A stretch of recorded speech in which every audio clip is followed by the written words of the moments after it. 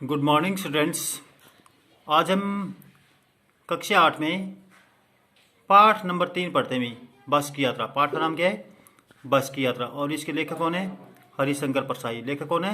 हरिशंकर परसाई। पाठ का सार। बस की यात्रा प्रसिद्ध व्यंग्यकार हरिशंकर परसाई कृत एक व्यंग्य लेख है। एक व्यंग्य लेख है भी, कटाक्ष लेख है। इस लेख में उन्होंने यातायात की दुर्व्यवस्थाओं पर व्यंग्य किया है। एक कटाक्ष है। पाठ का सार निम्न प्रकार से है। लेखक को अपने 4 मित्रों सहित पन्ना जाना था। लेखक को अपने 4 मित्रों सहित पन्ना जाना था। लोगों ने शाम 4 बजे जाने वाली बस से जाना मना किया। फिर भी लेखक और उसके मित्र इस समय जाने वाली एक वयोवृद्ध बस से अपनी यात्रा के लिए बस में बैठ गई। बस की वृद्धावस्था बस को पूजा के योग्य बना रही थी। जो बस थी इतनी बूढ़ी थी कि उसकी पूजा करने योग्य थी। वो उस पर सवारी करना अनुचित लग रहा था। बस कंपनी का एक हिस्सेदार भी इस बस में यात्रा कर रहा था। उसने बताया कि बस भी अन्य बसों की तरह अपने आप चलती है। लेखक एक डॉक्टर मित्र से इस बस के हालात को देखकर कहा, डरना नहीं चाहिए क्योंकि बस बड़ी अनुभवी लगती है। बस जो है बड़ी अनुभवी लगती है। बस पुरानी होने के कारण बस बहुत ही अनुभवी लग रही है। लेखक और उसके मित्रों को जो लोग छोड़ने आए थे वे इस तरह देख रहे थे कि मानव अंतिम विदाई दे रहे हो। उनकी आंखें कह रही हो कि आना जाना तो लगा ही रहता है। जब बस का इंजन स्टार्ट हुआ तो लगा मानो सारी बस ही इंजन हो। मानो सारी जो बस है वही एक इंजन हो। यात्री इंजन के भीतर बैठे हो। बस के टूटे कांचों से बचने के लिए यात्री खिड़की से थोड़ा सरक कर बैठ गए। बस के टूटे कांचों से बचने के लिए, जो बस के टूटे कांच से ना उससे बचने के लिए क्या यात्री थे वो खिड़की से थोड़ा सरक कर बैठ गए भी।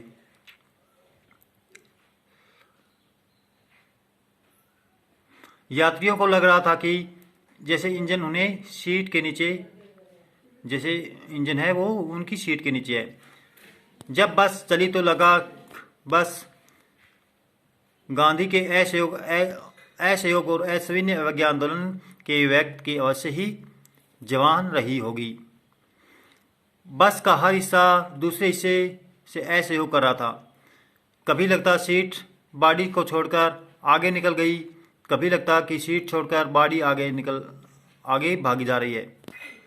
यात्रियों को समझ नहीं आता था कि वे सीट पर बैठे हैं या सीट उन पर बैठी है। अचानक एक स्थान पर बस रुकी। पता चला कि पेट्रोल की टंकी में सुराख हो गया है। ड्राइवर ने पेट्रोल बाल्टी में भर दिया और नलकी लगाकर इंजन में भेजने लगा। लेखक उम्मीद कर रहा था कि संभव थोड़ी देर में बाद बस कंपनी का हिस्सेदार इंजन निकालकर गोद में रख ले, उसे नली से पेट्रोल पिलाए, जैसे माँ बच्चे को मुंह में दूध की शीशी लगाती है। लेखक को बस किसी हिस्से पर भरोसा नहीं था। बस के ब्रेक, स्टीयरिंग, सबसे उसका भरोसा उठ गया था।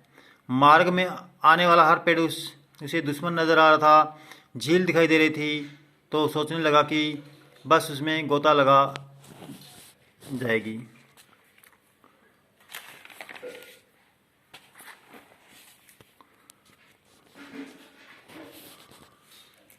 अचानक बस पुनः रुक गई। ड्राइवर की तरह तरह की तरकीबों के बावजूद नहीं चली। कंपनी इसे सहयोग की बात बता रहे थे। अक्षीण चांदनी में वृक्षों की छाया बस बड़ी दयनीय लग रही थी।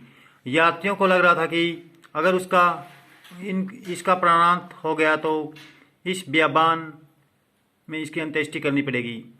कंपनी के हिस्सेदार इसे सुधारा तो वह मंद गति से आगे चल पड़ी। आगे या पीछे इसे कोई गाड़ी आती दिखती तो एकदम किनारे खड़ी हो जाती कि बेटी निकल जाओ, मैं तो अपनी तो है उम्र ही नहीं रही। आगे एक पुलिया पर उसका टायर फिस होकर बैठ गया। बस स्पीड में नहीं थी, इसलिए उछलकर नाले में गिरने से बच गई। लेखक ने कंपनी के हिस्सेदार की तरफ अपनी पहली बार श्रद्धा भाव से देखा। उसने उसकी उत्सर्ग भावना को सराहा, जो एक टायर बदलने के बदले अपने प्राण देने पर आमदा था। लेखक ने सोचा कि ऐसे व्यक्ति को तो क्रांतिकारी दल का नेता होना चाहिए। दूसरा घिसा टायर लगाकर बस फिर चली, परंतु अब यात्रियों ने पन्ना कहीं भी पहुंचने की उम्मीद छोड़ दी थी। पन्ना तो क्या, कहीं पर भी उन्होंने पहुंचने की जो उम्मीद थी छोड़ दी। पन्ना के सिवा कोई भी स्थान है वहां पर भी उन्होंने पहुंचने की जो उम्मीद थी छोड़ दी थी। धीरे धीरे इसकी बेताबी और तनाव खत्म हो गई। उनकी जो बेताबी और तनाव थे वो खत्म हो गई। वे बड़े आराम से घर की तरह बैठ गई और उनकी चिंता जाती रही। हंसी मजाक चालू हो गया।